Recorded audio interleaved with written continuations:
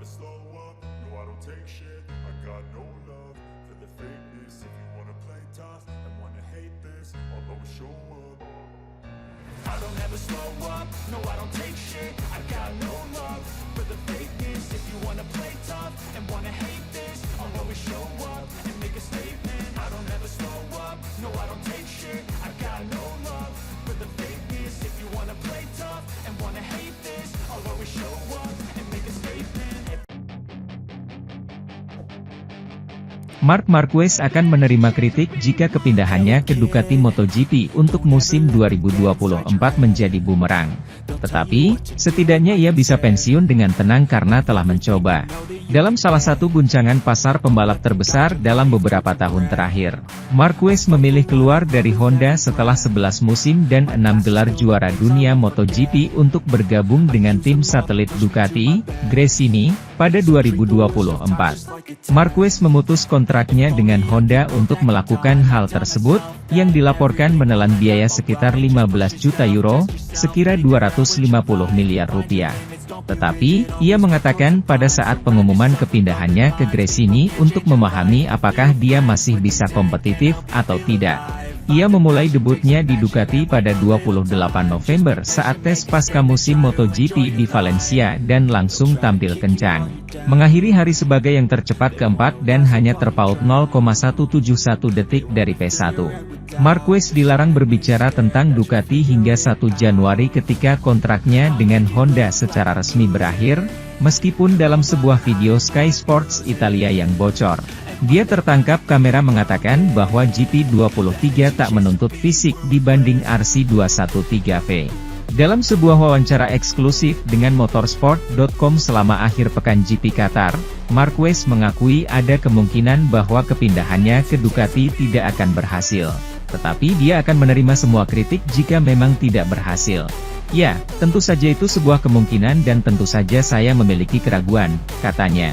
Namun pada akhirnya, ketika saya pensiun suatu hari nanti, saya akan pensiun dengan tenang karena saya telah mencoba segalanya dalam karir saya.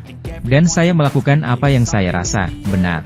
Dan jika saya tetap di Honda dan saya tetap malu, dengan mengatakan, tidak, saya tidak akan melakukan ini karena jika tidak berhasil, semua orang akan mendorong saya. Baiklah, saya menerima jika ini bukan langkah yang sukses. Saya akan menerima kritik dan saya akan menerima semua hal ini. Tetapi setidaknya, saya akan pensiun dengan cara yang tenang karena saya akan mencoba segalanya. Sementara itu, meski sudah 2 kali juara dunia MotoGP, Francesco Bagnaia masih dibilang perlu belajar. Hal ini diungkapkan oleh kepala kru Ducati, Cristian Gabbarini. Pecco berhasil menjadi juara dunia secara beruntun pada 2022 dan 2023 ini. Pada musim sebelumnya, yaitu pada 2021, dia bahkan sudah bersaing dengan Fabio Quartararo meski akhirnya menutup musim sebagai runner-up. Rider berusia 26 tahun itu pun mempersembahkan titel MotoGP pertama bagi Ducati pada musim 2022 setelah terakhir kali mendapatkannya pada 2007 silam dengan Casey Stoner. Selain itu, dia menjadi pembalap pertama dalam sejarah yang mampu membawa tim pabrikan Borgo Panigale juara kelas utama berturut-turut. Bahkan, gelarnya pada musim 2022 membuatnya menjadi pembalap Italia pertama yang juara Grand Prix dengan motor Italia sejak 50 tahun lalu. Kali terakhir hal itu terjadi adalah ketika Giacomo Agostini juara bersama MV Agusta di musim 1972. Gabbarini pun menyadari sejak kali pertama bertemu dengan Bagnaia di tim pabrikan Ducati bahwa rider kelahiran Torino itu punya kepribadian yang apik serta merupakan pembalap yang cepat. Akan tetapi, menurutnya sampai saat ini dia masih belajar sebagai seorang pembalap karena masih kerap kali kesulitan melesat dengan ban bekas.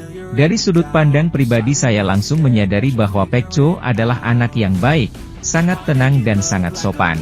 Secara teknis dia sangat cepat dengan ban baru dan ini penting untuk kualifikasi, kata Gabbarini.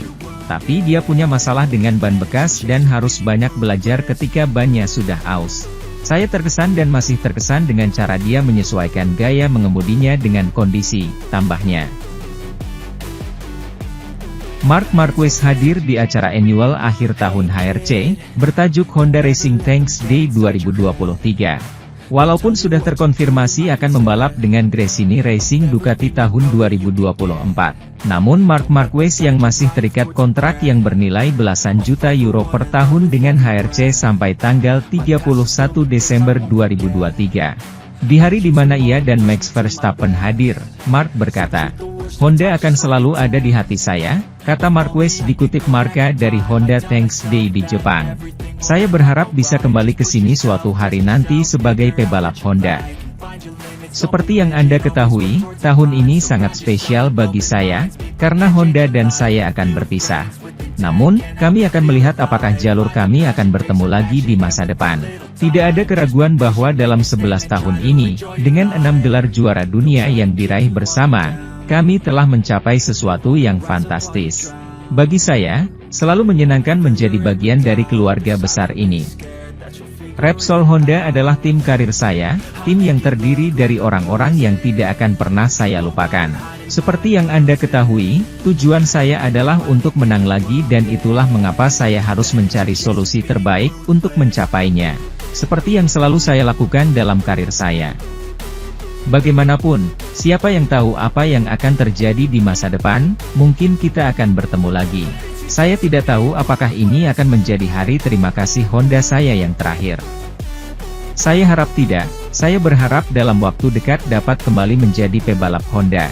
Kami bisa berbahagia dengan apa yang telah kami capai selama beberapa tahun ini. Terima kasih kepada seluruh staf Jepang, kepada seluruh perusahaan. Honda akan selalu ada di hati saya."